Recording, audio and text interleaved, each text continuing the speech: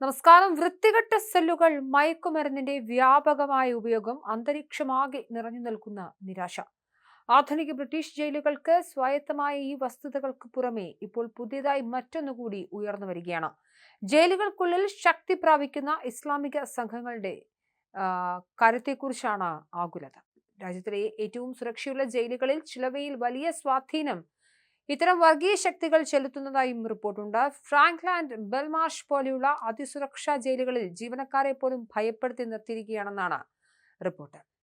കെന്റിലെ സ്വൽഡസ് ജയിലിലെ category B facility മുഴുവനായി തന്നെ ഇക്കൂട്ടരുടെ നിയന്ത്രണത്തിലാണ്. തടയാൻ ആരുമില്ല എന്നാണ് മെയിൽ ഓൺലൈൻ റിപ്പോർട്ട് ചെയ്യുന്നത്.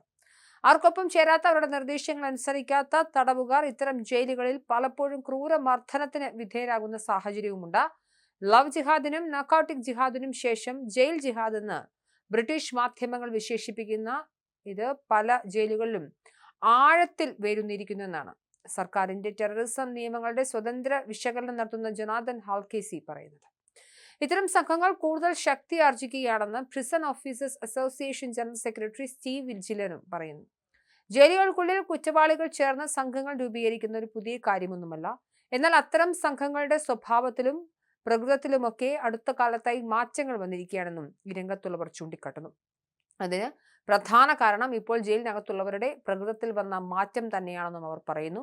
ഈ നൂറ്റാണ്ടിന്റെ തുടക്കം മുതൽ ബ്രിട്ടീഷ് ജയിലുകൾക്ക് സംഭവിച്ച പ്രധാന പരിവർത്തനം തീവ്രവാദ കേസുകളുമായി ബന്ധപ്പെട്ട് കൂടുതൽ കുറ്റവാളികൾ ജയിലുകളിലേക്ക് എത്താൻ തുടങ്ങി എന്നതാണ്.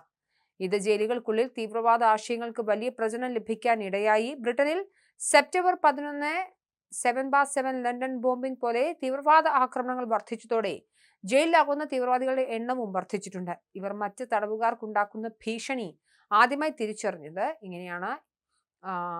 സർക്കാർ നിർദ്ദേശപ്രകാരം 2016 ഇയാൻ എയ്ക്സൺ തയ്യാറാക്കിയ റിവ്യൂ റിപ്പോർട്ടിൽ ഇക്കാര്യം പരാമർശിച്ചിട്ടുണ്ട്. മാത്രമല്ല, ഏറ്റവും അപകടകാരികളായ തീവ്രവാദികളെ പാർപ്പിച്ചിരുന്ന ചില ജയിലുകളിൽ അവരെ മറ്റു തടവുകാരിൽ നിന്നും മാറ്റി പാർപ്പിക്കണമെന്നും അദ്ദേഹം നിർദ്ദേശിച്ചിരുന്നു. എന്നാൽ തികച്ചും വിധി വൈപരീതം എന്ന് തന്നെ പറയട്ടെ, വലിയ രീതിയിൽ ഇസ്ലാമിക് തീവ്രവാദം ശക്തി ആർജിച്ച ഫ്രാങ്ക്ലാൻഡ് ജയിലിൽ ഇവരിൽ നിന്നും രക്ഷിക്കാനായി മറ്റു തടവുകാരെ പ്രത്യേകം പാർപ്പിക്കേണ്ട സാഹചര്യം കൂടി വന്നിട്ടുണ്ട്. കൂടെ ജയിലുകൾ സന്ദർശിക്കാറുള്ള ക്രിമിനൽ അഭിഭാഷകനായ ടോണി വ്യാറ്റും ഇക്കാര്യം ശരിവെക്കുന്നു. ജയിൽ അന്തേവാസികൾ പലയിടങ്ങളിലും ഇത്തരം സംഘങ്ങൾക്കൊപ്പം ചേരാൻ നിർബന്ധിതരാവുകയാണ്. ചേരാത്തവർ കൊടിയ പീഡനങ്ങൾക്ക് വിധേയരാകേണ്ടി വരും.